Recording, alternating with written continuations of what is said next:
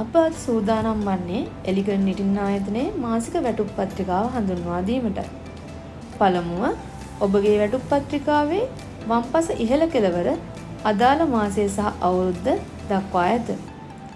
ඉන් අනතුරුව ඔබගේ සේවා අංකය, සම්පූර්ණ නම සහ ඔබගේ භාවිතා වන නම සඳහන් වේ. ඔබගේ දෙපාර්තමේන්තුව සහ තනතුර ඒ අසලම දැක්වේ. ඔබගේ වැටුප් පත්‍රිකාවේ දකුණුපස ඉහළ කෙළවර ඔබගේ සේවා අංශය සහ සේවක අර්ථ සාධක අරමුදලේ සමාජික අංකය දක්වා ඇත. ඔබගේ වැටුප් පත්‍රිකාව මූලික වශයෙන් කොටස් තුනකට බෙදේ.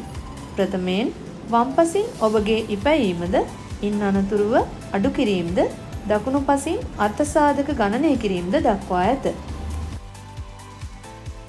ඔබගේ වැටුප නිවැරදි ලෙස ගණනය කිරීම සඳහා මූලිකවම පැමිණීම දත්ත නිවැරදිව ලෙස සඳහන් විය යුතුය. එසේම ඔබගේ වාර්ෂික නිවාඩු නිසි පරිදි අනුමත කරගත යුතු වේ. තවද ඇඟිලි සටහන් දෝෂ ඇතනම් ඒවා දෛනිකව නිවැරදි කර ගැනීම අත්‍යවශ්‍ය වේ. ඔබගේ ඉපයීම් යටතේ ප්‍රථමයෙන්ම මූලික වැටුප සහ එකතු කළ සම්පූර්ණ මූලික වැටුප සඳහන් වේ. ඔබගේ සේවක අර්ථ සාධක ගණනය කිරීම සහ අතිකාල දීමනා ගණනය කිරීම එකී එකතු කළ සම්පූර්ණ මූලික වැටුප පදනම් කරගත සිදුවේ. ඔබගේ අතිකාල දීමනා ගණනය කිරීම සඳහා එකතු කළ සම්පූර්ණ මූලික වැටුප 200න් බෙදා 1.5 ගුණයකින් වැඩි කෙරේ. ඉන් අනතුරුව ඉපයීම් යටතේ රුපියල් 3500ක ආර්ථික අර්බුදතා දීමනා, නිෂ්පාදන දිරි දීමනාව සහ පැමිණීමේ දීමනාව සඳහන් වේ. ඔබගේ පැමිණීමේ දීමනාව ගණනය කරනුයේ මෙසේය. ඔබ සම්පූර්ණ මාසය පුරා සේවයට වාර්තා කළ විට රුපියල් 5000ක පූර්ණ පැමිණීමේ දීමනාවක්ද, ඔබ එක් වරුවක් සේවයට වාර්තා නොකළහොත් රුපියල් 4000ක්ද ඔබට හිමි වේ. ඔබ එක් දිනක් සේවයට වාර්තා කිරීමට අපොහොසත් වුවහොත් ඔබට රුපියල් 3000ක්ද, දින එකහමාරක් සේවය අහිමි වීමකදී රුපියල් 2000ක්ද හිමිවනු ඇත.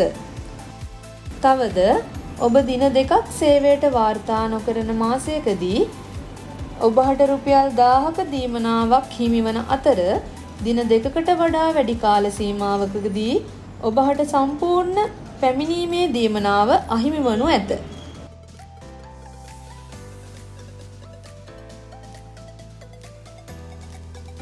ඉන් අනතුරුව ඔබගේ වැටුපින් අඩුවීම් සඳහන් වනුයේ මෙසේය. ප්‍රථමයෙන්ම සේවක අර්ථ සාධක අරමුදල වෙනුවෙන් වැටුපෙන් 8%ක්ද, ඉන් අනතුරුව මුද්දර ගාස්තු, දිවා ආහාරය සඳහා අඩු කිරීම, අවමංගල්‍ය ආධාර සහ සුබ සාධක සමාජික ගාස්තුද අනෙකුත් අඩු කිරීම අතර වේ. ඔබගේ ආදායම් එකතුවට අඩු කිරීම ගැලපීමෙන් ශුද්ධ වැටුප ගණනය කෙරේ. අවසන් වශයෙන් ඔබගේ වැටුප් පත්‍රිකාවේ දකුණු පසින් ආයතනය විසින් පිරිනමන ලබන 12%ක සේවක අර්ථ සාධක අරමුදල දැක්වෙන අතර අනතුරුව වැටුපින් 3%ක් වන සේවක භාරකාරක නියුක්තයන්ගේ අරමුදල සඳහා වන ගණනය කිරීම දක්වා ඇත. ඉහත සඳහන් කළ සේවක අර්ථ සාධක සහ සේවා නියුක්තිකයන්ගේ භාරකාර අරමුදල සඳහා වන දායකත්වයන් අදාළ අරමුදල් වෙත මාසිකව බැර කෙරේ.